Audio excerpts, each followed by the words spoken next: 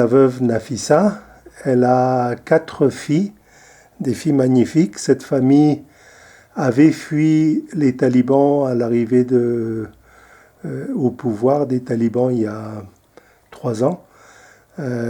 Et elles étaient apeurées d'être mariées de force, etc. Et ils ont passé une certaine période en exil au Pakistan dans l'attente d'une possibilité d'acceptation par un pays tiers. Finalement, leur dossier n'ayant pas abouti, ils sont rentrés en Afghanistan. On a repris le parrainage, bien que la majorité des filles sont privées d'école. La cadette continue à aller en classe de CM2. La cadette de la famille, c'est la 3e personne à partir de droite. Elle s'appelle Faouzia et elle est en classe de CM2 dans une école privée pour un frais de 700 afghani par mois. Elle va à pied. Là, on l'a fait revenir d'école pour une période d'une demi-heure, le temps de ce rapport vidéo. Elle doit y retourner assez rapidement.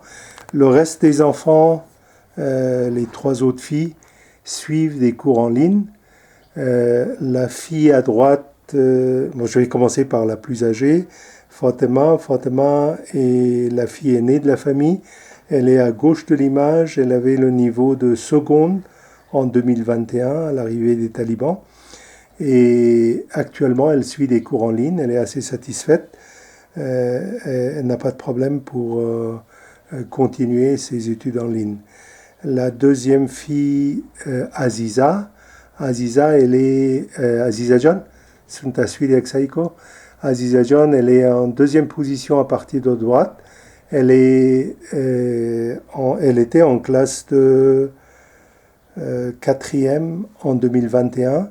Elle suit également nos cours en ligne. Et cette fille est une fille vraiment brillante et magnifique. Et elle est aussi satisfaite des cours en ligne. La 3e fille qui suivait et qui suit toujours les cours en ligne, elle en est un peu moins satisfaite parce que le comportement d'un de nos enseignants lui a été peut-être un peu agressif. Pourtant, elle est motivée, on va arranger ce problème. Elle est démotivée, elle ne veut pas suivre les cours scientifiques avec un de nos profs. Donc on va arranger ça. C'est Fereshta qui est à droite de l'image, la plus à droite. Elle est également une jeune fille magnifique, motivée. Et on va résoudre ce problème assez rapidement.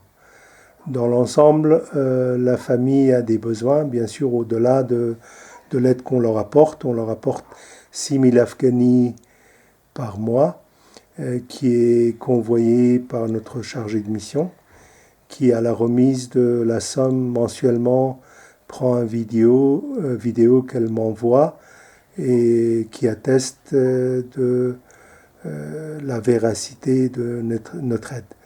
Voilà, dans l'ensemble, tout va bien. La famille a déménagé dans un nouveau logement pour avoir un espace un peu plus calme pour suivre la scolarité en ligne des enfants. Et le loyer, jadis, était de 1 500 par mois. Là, ils sont passés à 2 500 pour une 2 pièces, dont une dans laquelle on se trouve actuellement.